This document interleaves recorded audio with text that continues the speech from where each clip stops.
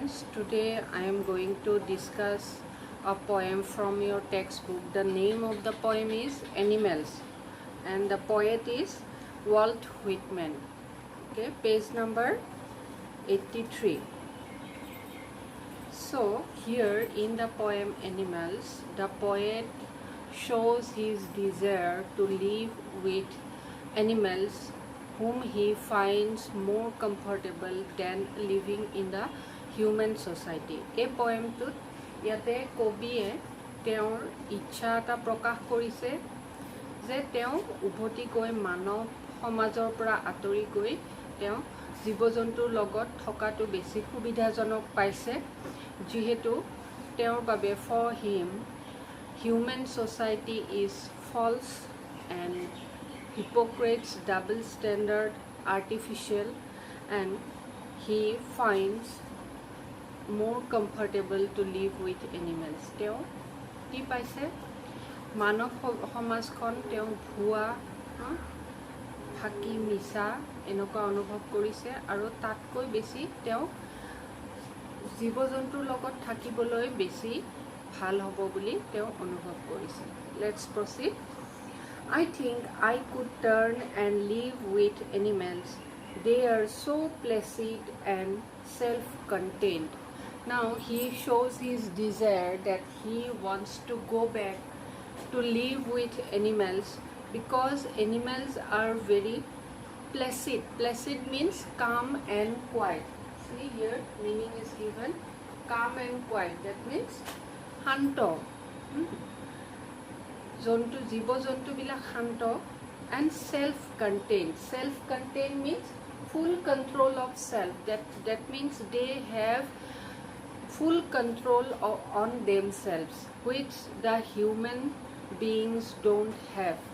This quality is not possessed by human beings.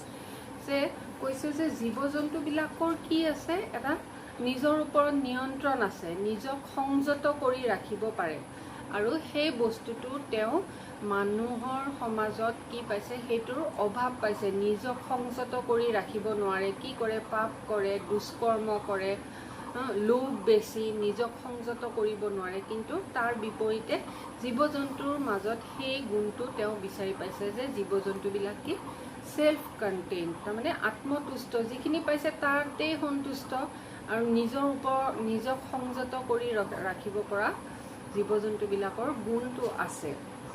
I stand and look at them long and long.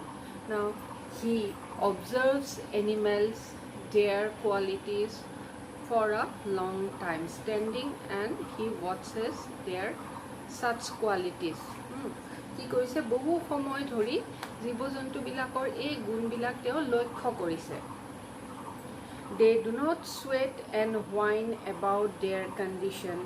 They do not lie awake in the dark and weep for their sins.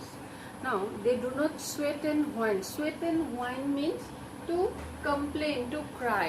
They never cry or never complain about their condition, where they are living. They have to live in forest or they are living in trees.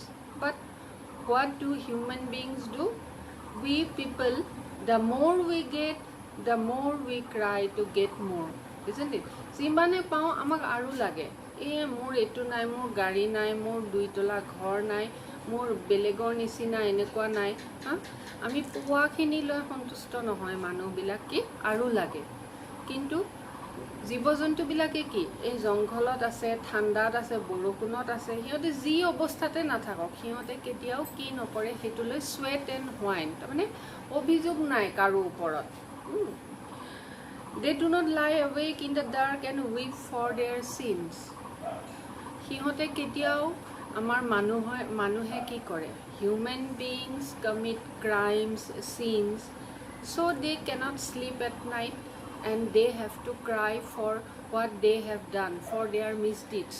মানুহে কি কৰে পাপ কৰে, চুৰি কাৰ্য কৰে, দুষ্কাৰ্য কৰে, কৰি পেলাই কি কৰে সেইবিলাক কাম কৰিলে শান্তিত ৰাতি শুব নোৱাৰে ধৰা পৰাৰ ভয়ত. আৰু কি কৰে সিহঁতে সদায় মানুহে কি কৰিব লগা হয় নিজৰ পাপৰ বাবে, দুষ্কৰ্মৰ বাবে এদিন নহয় এদিন কান্দিব লগা হয়, অনুশোচনা. কৰিব লগা হয় কিন্তু এনিমেলছৰ কি নাই সেইবিলাক কৰিব লগা নহয় কাৰণ সিহঁতে কি নকৰে কোনো পাপ নকৰে দুষ্কাৰ্য নকৰে sins means misdeeds দুষ্কাৰ্য পাপ they do not make me sick discussing their duty to God and what human beings do human beings discuss what we should do the righteousness what we should show to God we should show respect to others these things are discussed in human society isn't it যে মানুহে কি কৰে আমি ধৰ্মৰ নামত আমি এটো কৰা উচিত হিতু কৰা উচিত আনক উপদেশ দিবলৈ যায় কিন্তু এনিমেলৰ মাজত সেইবিলাক বস্তু আছে জানো ইহঁতৰ মাজত ধৰ্ম নাই জাতি ধৰ্ম নাই গতিকে সেইবিলাক আলোচনা কৰিব লগা নহয় আৰু এইবিলাক বস্তুৱে কি কৰে মানুহৰ এই কাৰ্যই কবিক অলপ অতিষ্ঠ কৰে he is fed up of সাচ থিংছ মানুহে যে এনেকুৱা ধৰণৰ কাৰ্যবিলাক কৰে যে পাপ কৰে কৰি পেলাই কি কৰে যে ঈশ্বৰৰ প্ৰতি আমি কি কৰ্তব্য আমাৰ সেইবিলাক আলোচনা কৰে পাপ কৰি উঠি ঈশ্বৰৰ প্ৰতি কৰ্তব্যটো মনত পৰে কিন্তু এনিমেলৰ পাপো নকৰে দুষ্কাৰ্যও নকৰে আৰু ঈশ্বৰৰ প্ৰতি দায়িত্ববোধটো দেখুৱাৰ প্ৰয়োজন অনুভৱ নকৰে not one is dissatisfied not one is demented with the mania of owning things that means amongst the animals such qualities are not seen they are not dissatisfied তেওঁলোক একোলৈয়ে জীৱ জন্তুবিলাক একোলৈয়ে অসন্তুষ্ট নহয় আৰু কি নহয় সিহঁত যে ই মোক অমুক লাগে মোক গাড়ী লাগে মোক অমুক লাগে বেলেগে কিবা পিন্ধিছে সেইটো মোক লাগে এইবিলাক অনিং থিংছ মানে কিবাৰ অধিকাৰী হোৱা গৰাকী হোৱা সেইবিলাক লৈ যে মানুহ বলিয়া হৈ থাকে ক্ষমতাৰ লোভত বা টকা পইচাৰ লোভত মানুহ পগলা হৈ যায় নিজৰ মানুহক চিনি নোপোৱা হৈ যায় সম্পত্তিৰ লোভত কিমান মানে দুষ্কাৰ্য কৰিব লগা হয় আৰু সেইবিলাক বস্তু কি নাই জীৱ জন্তুৰ মাজত দেখিবলৈ পোৱা নাযায় সিহঁত বলিয়া নহয় বস্তু পোৱাৰ বাসনাত জীৱ জন্তুবিলাক বলিয়া হৈ নাযায় Not one kneels to another nor to his kind that lived thousands of years ago. Animals do not kneel in front of others or their forefathers. Because they are equal. No one is superior, no one is inferior amongst them. সিহঁতৰ মাজত কোনোবা এজন শ্ৰেষ্ঠ কোনোবা এজন হীন এনেকুৱা ধৰণৰ ভেদাভেদ নাই সেইকাৰণে আমাৰ মানুহে কি কৰে যে আমি শ্ৰেষ্ঠজন বা জ্যেষ্ঠজনক যে আমি সন্মান জনাওঁ বা আমাৰ পূৰ্বপুৰুষসকলক যে আমি স্মৰণ কৰি শ্ৰদ্ধা জনাওঁ সেইবিলাকৰ প্ৰয়োজন এনিমেলছৰ মাজত নাই কাৰণ সিহঁতৰ মাজত সকলো সমান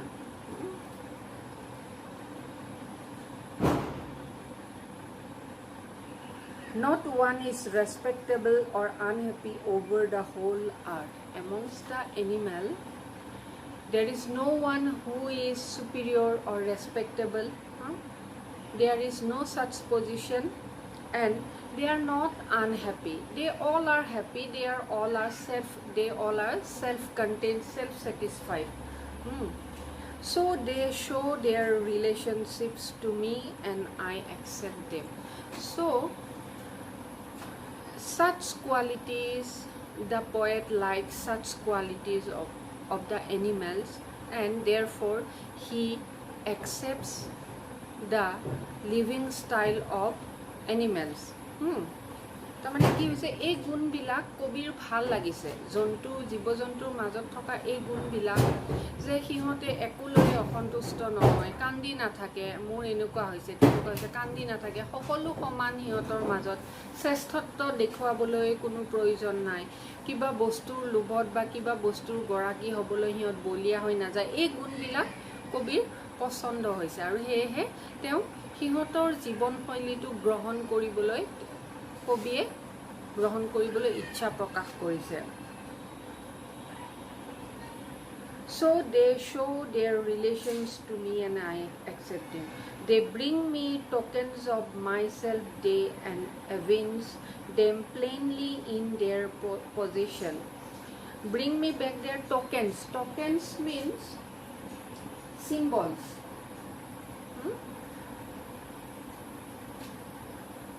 Evince means to show. That means such qualities once human being used to have among them, such qualities, the feeling of equality, respect, such things were there amongst human beings, but now human beings have lost such qualities, and such qualities now can be seen amongst animals. এই গুণবিলাক আসলতে মানুহৰহে থাকিব লাগিছিল, কিন্তু মানুহে এই গুণবিলাক হেৰুৱাই পেলাইছে, আৰু এই গুণবিলাক এতিয়া কি হৈছে জীৱ জন্তুৰ মাজতহে দেখিবলৈ পোৱা গৈছে। টোকেন মানে চিম্বল, তাৰমানে চিম্বল মানে কি? Tokens of love, respect, brotherhood, unity, equality. এই গুণবিলাক আচলতে মানৱীয় গুণ, এইবিলাক এতিয়া তেওঁ জীৱ জন্তুৰ মাজতহে দেখিবলৈ পাইছে, আৰু এইবিলাক তাৰমানে এটা সময়ত জীৱ জন্তুৱে হয়তো তেওঁলোকৰ অধিকাৰ, পজেশ্যন মানে অধিকাৰত ৰাখি থৈছিলে, অনাৰশ্বিপ অধিকাৰত ৰাখি থৈছিলে, আৰু আজি মোক সেইবিলাক এভিন্স মানে দেখুৱাইছে, তাৰমানে মানৱীয় গুণবিলাক জন্তুৱেহে দেখুৱাইছে, ভাল ভাল গুণবিলাক। I wonder where they get those tokens. মই ভাবিছোঁ, আচৰিত হৈছোঁ, এই চিহ্নবিলাক, এই মানৱীয় গুণবিলাক সিহঁতে ক'ত পালে? Did I pass that way huge times ago and negligently adopt them? তেওঁ ভাবিছে যে এই মানৱীয় গুণবিলাক আমি মানুহে কেতিয়াবা নেগলিজেণ্টলি মানে অসাৱধানবশতঃ, কেয়াৰলেছলি, কেতিয়াবা আমি অসাৱধানবশতঃ এই গুণবিলাক ক'ৰবাত পেলাই থৈ এৰি থৈ আহিছিলোঁ নেকি? আমি মানৱীয় গুণবিলাক হেৰুৱাই পেলাইছোঁ তাৰমানে, আৰু সেই গুণবিলাক কোনে দেখুৱাব ধৰিছে? এতিয়া জীৱ জন্তুৰ মাজতহে সেই গুণবিলাক, ভাল গুণবিলাক দেখিবলৈ পোৱা গৈছে। So the poet shows his desire to go back and live with animals. এইখিনিয়ে কবিতাটোৰ মূল কথা।